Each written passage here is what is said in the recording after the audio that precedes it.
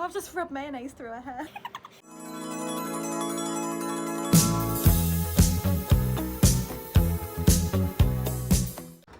I've actually gone for a different breakfast this morning. I've got a couple of pastries. It's a pecan plat and a pan au raisin. This one's my favourite, and this one I've had food envy because I was chatting to a friend and she got one and I was like, oh my god, I need to have one of those. So I'm just trying to keep my breakfast like mixed up so that I'm not just getting too comfortable with like oats. And I'm going to watch a programme called Married at First Sight, the Australian version, which is hilarious, absolutely amazing. It's basically people who are like on a first date, but they get married for that first date. And then it films the first few months of them being married, but they've never ever met. It's brilliant. I like really trashy TV. Now, I don't know which one to start with. It's like the smallest decision ever, and I'm like, ah. So good.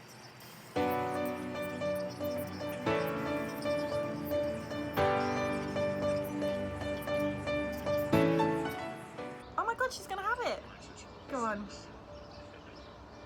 Oh, it was a lick. Good girl.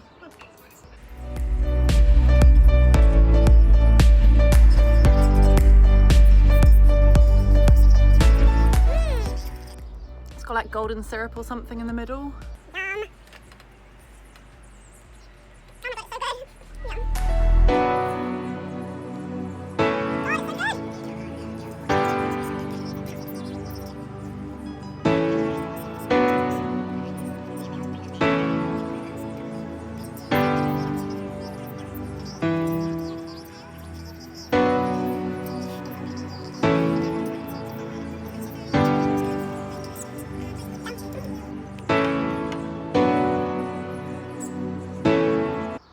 That was really tasty. Big fan of the pecan plat. Great recommendation, thank you. I've had quite a few questions coming in on YouTube. There are some that are really common, so I think a lot of people must be thinking it. So the first question, could you tell us about your current therapy and help you are getting? Yes, I can. So I'm insanely grateful for the professional help that I've got, the team that I've got, and I literally wouldn't be where I am without them. So I see a psychologist, a dietitian and a doctor. And the doctor's just to make sure I'm not experiencing refeeding syndrome, to help me with bones, digestion, those kinds of things, obviously the physical side of it. The dietitian draws up my meal plan for me. And I don't want to be calorie counting and that sort of thing. So she totally does all of that, and then I just follow the plan that she lays out. And then with my psychologist, we do a lot of CBT work. So a lot of challenging my thoughts and behaviours and routines. We've also been looking at what anorexia is for me and what it does for me and why I'd want to recover from it, to really work out what my recovery goals are. Because you need to be realistic in recovery, and eating disorders do serve a purpose. They are in a way coping mechanisms, and they're not good ones, don't get me wrong, they're very maladaptive coping mechanisms, but however much they fuck things up, they do serve a purpose. But you get so kind of stuck in the moment and what you do every day and what's for my next meal and how many calories have I had today and what will I weigh tomorrow, that it's really easy to just stay in that cycle, and then years and years pass and you're still doing the same thing. So for me, it's been brilliant to really say if you keep doing this, this is what your life will look like. And I don't want that in my life. So then I need to think about okay, with the CBT stuff, what do I need to challenge and change and address in order to get to the life that I do want? Okay, God, I didn't want to ramble with these questions, so I'm going to try and keep my answers concise. Such a waffler. Okay, the second question, could you share a meal plan with us? No. Really sorry, but I think everyone's so different and we've all got such different needs, and even myself, my needs are different all the time. At different points in my treatment, I've had different needs at different ages, stages of recovery.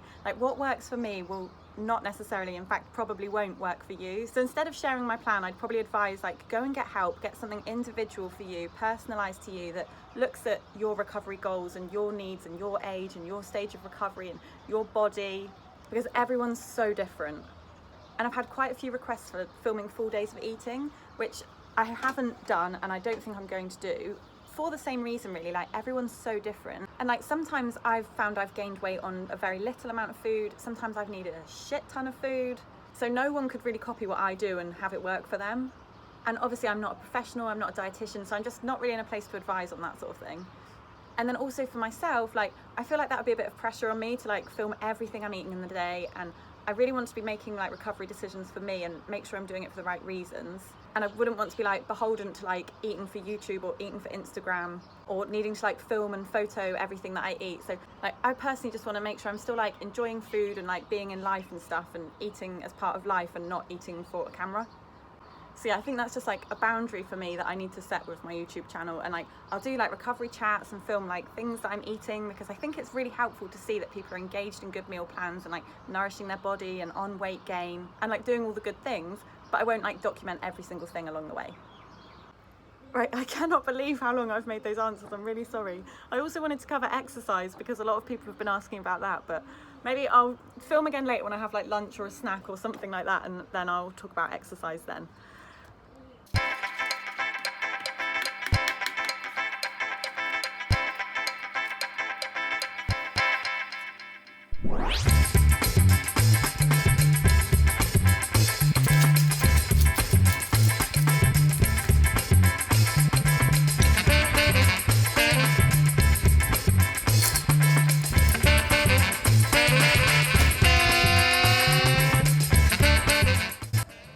So lunch is a bit of a cravings lunch.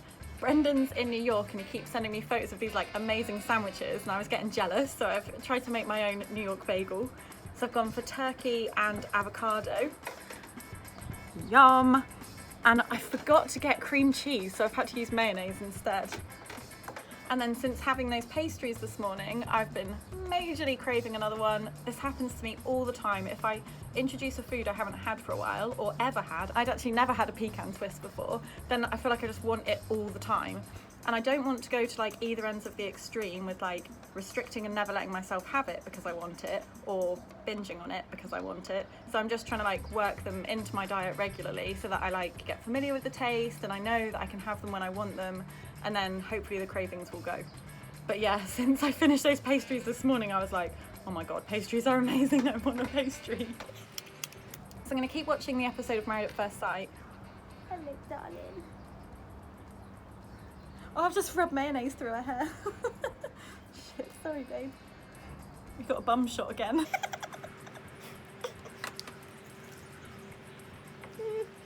This is going to go everywhere. Sometimes messy food's the best. Also, this would have totally freaked me out before, my food touching each other, but the world is not going to end if my food touches on a plate. Nine's wit.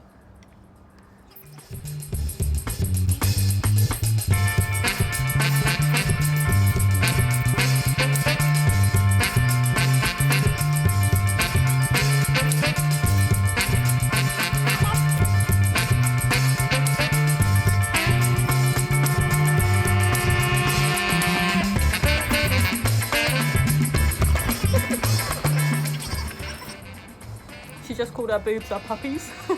That cracks me up. She went, got to make sure the puppies look good in the wedding dress. Are the puppies tucked in? Yep. Are the puppies tucked in?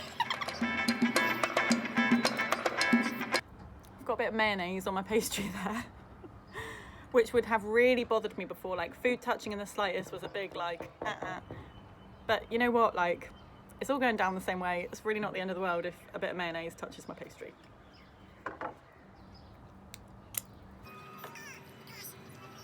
I think it's full of custard. I tried to get another pecan one, but they didn't have it, so I got a vanilla something or other instead, but it's got custard all the way through. Yum.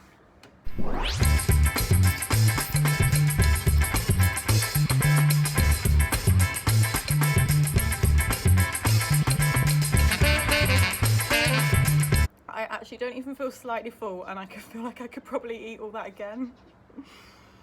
This could be the start of a new obsession. Might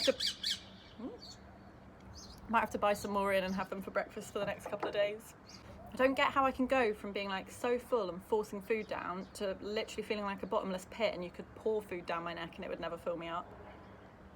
And then occasionally it normalizes and I think, oh, I just felt hungry, this is great. And then after that, I'm straight back into messed up body signals.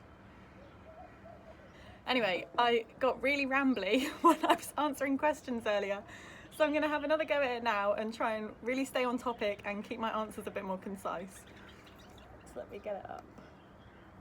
Another question is, how do you deal with physical discomfort? Oh, right. I don't know that I do, to be honest. I get bloated, full, I feel sick sometimes. I get very bad stomach pains and I have to lie down and stretch my stomach out. I get wind, which is not very nice. And I really don't know. I've not found the magic answer. I've not found a way to make it stop.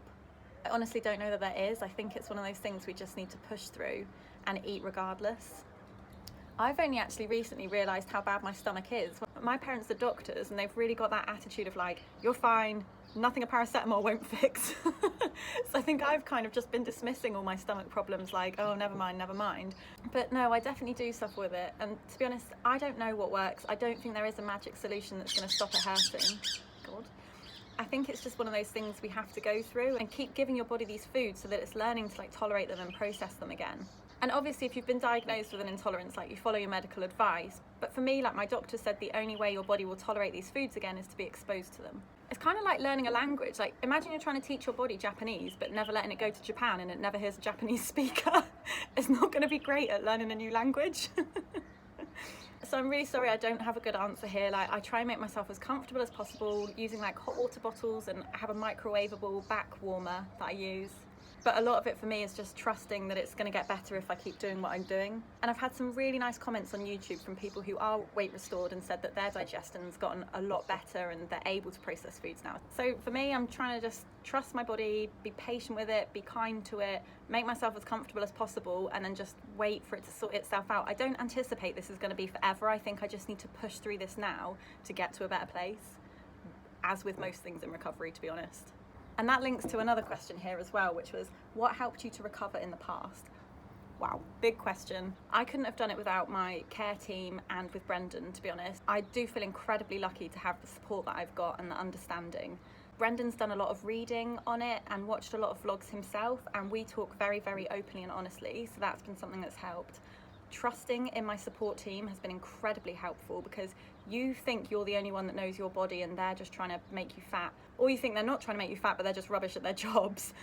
But ultimately you and your care team all have the same goal, for you to be free and relaxed around food and just be able to live your life, and that's where they're trying to get you to. So as long as you're pushing back and trying to recover in your own little bubble or keeping things secret, you're just not going to be able to do it. Like you need to open yourself up to them and accept the treatment, which is so hard, and I found that so difficult. And I feel like I've always like toe dipped into treatment and then freaked myself out and run back, and I've always gone back to the safety and security of anorexia. But really just in the last few weeks, I feel like I've turned a massive corner in my recovery and just been like, do you know what, that's not working for me. Doing that just keeps me locked in this cycle and I'm never improving and my life's not getting better. So I feel like I've just opened the doors a bit more and been like, we've all got the same goal here, and just let them help me. I really don't think you can recover in a bubble or recover on your own safe foods or recover on anorexia's terms. It just, by definition, it just doesn't work. Other things that help me is to really surround myself with like good, positive people, like just the lovely, awesome people in the world that are just fun, kind, accepting. And I do the same on my Instagram as well. I only follow good role models for me. And that's helped me with like comparison, also just showing me the sort of person I want to be in the world. And I don't want to be obsessed with my body. I want to just get out there and be a good person. Remembering the why has been very, very helpful. It's very easy to forget. You go into recovery because I want a better life, and then you sit down to eat and it's all out the window. So my psychologist got me to actually write out my goals and incentives during my meals to try and connect the dots between what I'm doing now and where I want to be, so that I know, okay, I actually have to eat this now to get to my goal state. And then after the meals, I try and like distract myself and occupy my mind so I'm not sitting dwelling and feeling guilty. But if I'm really honest, again, I don't have a magic answer here. There isn't something I can tell you that's going to make recovery easy or even make it feel comfortable. Like if it's feeling comfortable, you're probably not challenging it. And you can try your best to like make yourself feel comfortable physically, distract yourself mentally, surround yourself with great people, remember your why, all of this. So these are some of the things that have helped, but I'm sorry, at the end of the day, there's gonna have to be a period of not niceness. And then during these times, I think it's just autopilot. You just have to get your head down and keep doing it, and eat when you feel full or sick or bloated or fat or you've gained weight. And you just have to break the cycle and not run back when you feel these things, but just keep going anyway. Even if you can't even really remember the why, you've just put yourself in autopilot and just go. Because if you don't, you'll never break out the cycle. I feel like I've gone really dark. I don't know where I need to sit. I'm also waffling. Let me try and stay focused. Right, you seem to be able to still work and socialise. Were you always able to do this? My God, no. And I really hope these vlogs don't come across as like, oh, she's always out with her friends having lunch and drinks and having a great time. Because I have not always been able to do these things, and when I'm lower in weight or restricting, I become completely consumed with food. I avoid friends at all costs. I avoid any social situation that would have food in it, or if I have to do it, I spend my whole day planning how to incorporate it and restricting and compensating to make it possible. I couldn't relate to my friends. I didn't understand why they didn't want to talk about what they just had for breakfast or what they weighed that morning. I didn't have an interest in their conversations. I really didn't. It was terrible. To be honest, I felt like two people when I was with them, because I'd have to make such an effort to be like smiley and happy and show that there's nothing wrong, because I was trying to hide that I was ill. And so I'd be showing up like this person that was fine, but there was this whole like behind the scenes work going on to make sure I'd controlled my food that day, and also to give so much effort to like the conversation, and it was exhausting seeing friends. But it has gotten a lot better, and I think there's two things that have really helped. One is challenging myself to eat out with friends, because I now know I could go to a restaurant and order anything on the menu, so that's very freeing. And the second is, because I'm eating well and I'm not restricting, it's almost like there's a gap in my head now where anorexia was, and it's like, I actually don't know how to fill it. I'm finding myself like twiddling my thumbs like, shit, what do I think about when I don't think about food all the time? And so I'm actually craving social contact. I want to see my friends all the time, because I'm almost like bored on my own. I'm like, I feel like I don't have as much like anorexia company anymore. So I don't know, what else do you do? I don't know what people do with their time. So I'm kind of learning all that at the moment, and it's kind of scary. It's a bit tempting to run back to it, to be honest, because it's safe and I knew what I was doing there. But then, no, it's not, because I love seeing friends and I have been having a lot of fun with them. So no, really, it's a good improvement of recovery. And I really think as you become more relaxed with food, you've challenged your foods, you're not as scared of them, and you're not restricting, so you've got more headspace, I think you do become a bit less isolated. You just don't cut yourself off as much. God, I'm waffling so bad. Okay, the other part of the question was about work. Yeah, work used to be very hard. I got very tired in the afternoons, like not great concentration, low energy. It was a struggle because I always wanted to do a good job, so I'd put a lot of effort and energy into it, but it was really exhausting me. And that's definitely improved. Now that I'm eating better, I can make it through the afternoon without thinking, oh my God, when am I next eating? I'm so hungry, I'm so tired. And this wasn't part of the question, but mood's another thing that's improved in the same way. When I'm lower in weight and when I'm restricting, my mood is awful. I get really quite down. It's just, I don't have energy for things or interest in things. And then as I'm eating better, I just feel happier. Like, I don't know, body, mind and soul, it's just all working a lot better. And another question that's come up a lot is whether I do any exercise other than yoga. And no, I don't. I did used to, and I had to stop because I could feel it becoming too obsessive. And I was kind of doing it because I had to. I had the excuses of like, oh, but it's got endorphins, it makes me feel good, or I want to put on muscle as I'm gaining weight, or it's better for my appetite. But I think those are all anorexia excuses, and really you feel you need to because it's a compulsion. And like for me, it wasn't really making me feel that good. It was more, if I didn't do it, I'd feel terrible. And it was being used to like compensate for food. And to me, if it's like a compensation strategy or a quick fix or an escape, then it shouldn't be engaged in. And in the same way, like you'd never tell someone to keep purging whilst they were eating because it was making them feel better.